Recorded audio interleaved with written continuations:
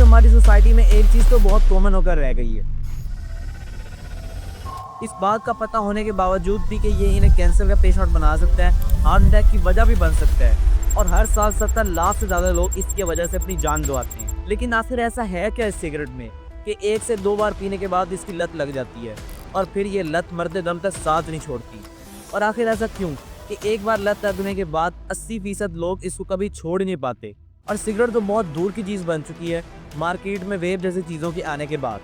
आइए तो फिर समझते हैं आज की इस वीडियो में स्टेप बाय स्टेप सिगरेट से लेकर कब्र तक का सफ़र और उठाते हैं पर्दा ऐसे काले राजों से जिसे मॉडर्निज्म का चूना लगाया गया है।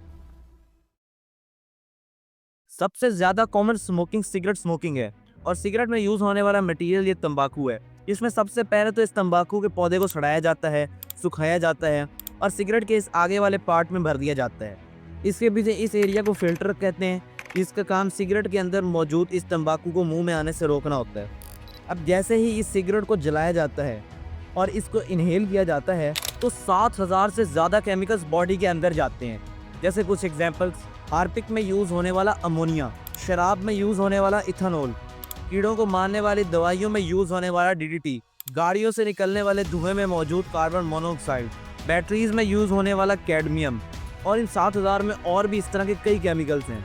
और इन सब के अलावा इन सब का बाप सबसे ज़्यादा खतरनाक निकोटीन, क्योंकि सिगरेट की पूरी इंडस्ट्री सिर्फ इस एक केमिकल के ऊपर टिकी हुई है। निकोटीन दुनिया के टॉप एडिक्टिव केमिकल्स में से है और दुनिया के टॉप 3 एडिक्टिव केमिकल्स में से ये तीसरे नंबर पर है। अब जब हमने सांस लिया और ऑक्सीजन बॉडी में गई तो बॉडी में क्या क्या होता है, खून किस तरह बनता है, वो सब मैंने इस वीडियो में बताया। यहाँ क्लिक करके वो वीडियो देख सकते हैं। अब ये निकोटीन किस तरह वर्क करता है तो वो बताता हूँ। अब ऑक्सीजन की जगह जब ये निकोटीन बॉडी में जाता है तो ये विंड पाइप से होता हुआ लंग्स से गुजरकर पूरी बॉडी में डिस्ट्रीब्यूट हो जाता है और फिर जब ये दिमाग के पास पहुंचता है तो ये दिमाग को बेवकूफ़ बनाकर कुछ हार्मोन्स रिलीज करवाता है, जैसे डोपामाइन वगैरह, जिससे इंसान को सुकून मिलता है, खुशी होती है, इंसान एनर्जेटिक होता है और एक्टिव फील करता है। ऐसा इसलिए कि इन हार्मोन्स का काम ही यही होता है। इसलिए आपने ऐसे लोग ज़रूर देखे होंगे कि जो टेंशन में होते हैं, बेसुकून होते हैं, लेकिन सिर्फ एक कश लगाने के बाद बिल्कुल सुकून में आ जाते हैं, एक्टिव बन जाते हैं और थकान दूर महसूस होती है, लेकिन सिर्फ 2 घंटों के लिए, क्योंकि ये निकोटीन इतनी ही देर के लिए बॉडी में रहता है। इसके बाद बॉडी इसको बाहर निकाल देती है और फिर ये सुकून लेने के लिए वो दोबारा सिगरेट पीता है, 2 घंटों के लिए 7 आसमानों की सैर करता है और फिर दोबारा ज़मीन पर गिर जाता है। और इसी तरह वो इंसान एक ही दिन में आमतौर पर 10 से 15 सिगरेटें फूंक जाता है और ऐसे लोगों को चेन स्मोकर कहते हैं। और ये लत आसानी से इंसान की जान भी नहीं छोड़ती।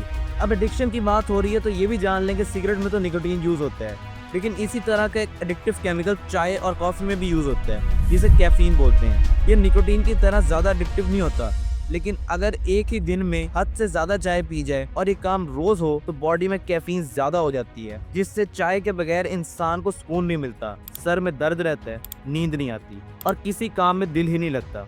इसलिए चाय को आदत ना बनाया जाए। अगर ज़्यादा हो तो मैक्सिमम 3 कप पूरे दिन में, इससे ज़्यादा खतरनाक है। अब सबसे बड़ा सवाल कि इन सिगरेट स्मोकर्स को सबसे ज़्यादा खांसी क्यों होती है, स्पेशली सुबह के वक्त। ऐसा इसलिए कि लंग्स के अंदर मौजूद इन ब्रोंक्यूल्स के अंदर बालों की तरह के प्रोजेक्शंस होते हैं, जिन्हें सीलिया कहते हैं। जब इंसान सांस लेता है तो हवा के साथ कुछ डस्ट पार्टिकल्स, बैक्टीरिया, जरासीम वगैरह लंग्स में जाते हैं और इनमें फंस जाते हैं और इन नुकसानदेह चीज़ों को फेफड़ों से बाहर निकालने के लिए हमें खांसी आती है।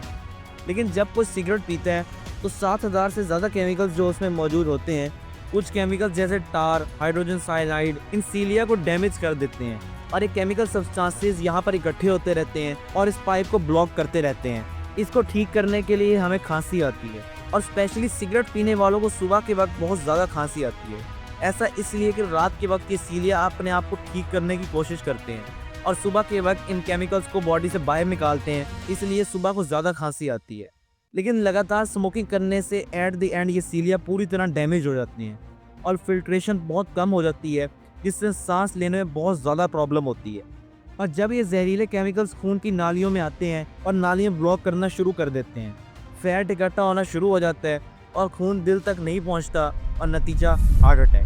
हार्ट अटैक को और डीप से समझना है तो इस वीडियो पर क्लिक करें, जिसमें मैंने हार्ट अटैक को फुल डिटेल में एक्सप्लेन किया।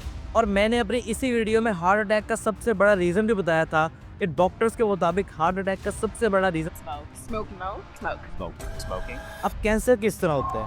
असल में सिगरेट में मौजूद जो 7000 से ज़्यादा खतरनाक केमिकल्स बॉडी में आते हैं तो वो डीएनए को अफेक्ट करते हैं। डीएनए ऑलमोस्ट हमारी पूरी बॉडी की चीज़ों को कंट्रोल करता है, यानी कलर, हाइट की सारी इंफॉर्मेशन इसी में स्टोर होती है।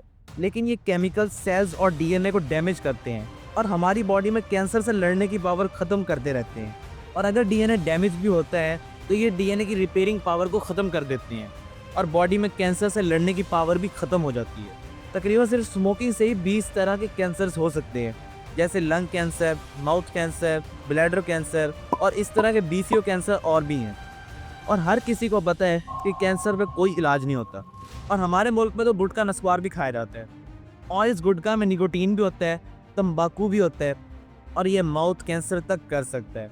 और गुटखा का अब एक और मॉडर्न वर्जन निकल आया है जो कभी ना कभी आपने टीवी एड में ज़रूर देखा होगा। इसके अंदर तंबाकू तो नहीं होता लेकिन निकोटीन होता है जो इसे एडिक्टिव बनाता है। और एड्स में बहुत छोटा सा करके डिस्क्लेमर भी लिखा होता है कि ये सिर्फ 18 साल से ऊपर के लोगों के लिए है, यानी इसी से अंदाज़ा लगाया जा सकता है कि ये बॉडी को अफेक्ट करता है। और आजकल पेरेंट्स को सिगरेट गुटखा वगैरह का तो पता होता है लेकिन इसका बहुत कम लोगों को पता होता है और इसे आम सी चीज़ समझा जाता है। लेकिन ये बगैर धुएं वाली सिगरेट या बगैर तंबाकू वाले गुटखे की तरह है जो बहुत ज़्यादा खतरनाक है।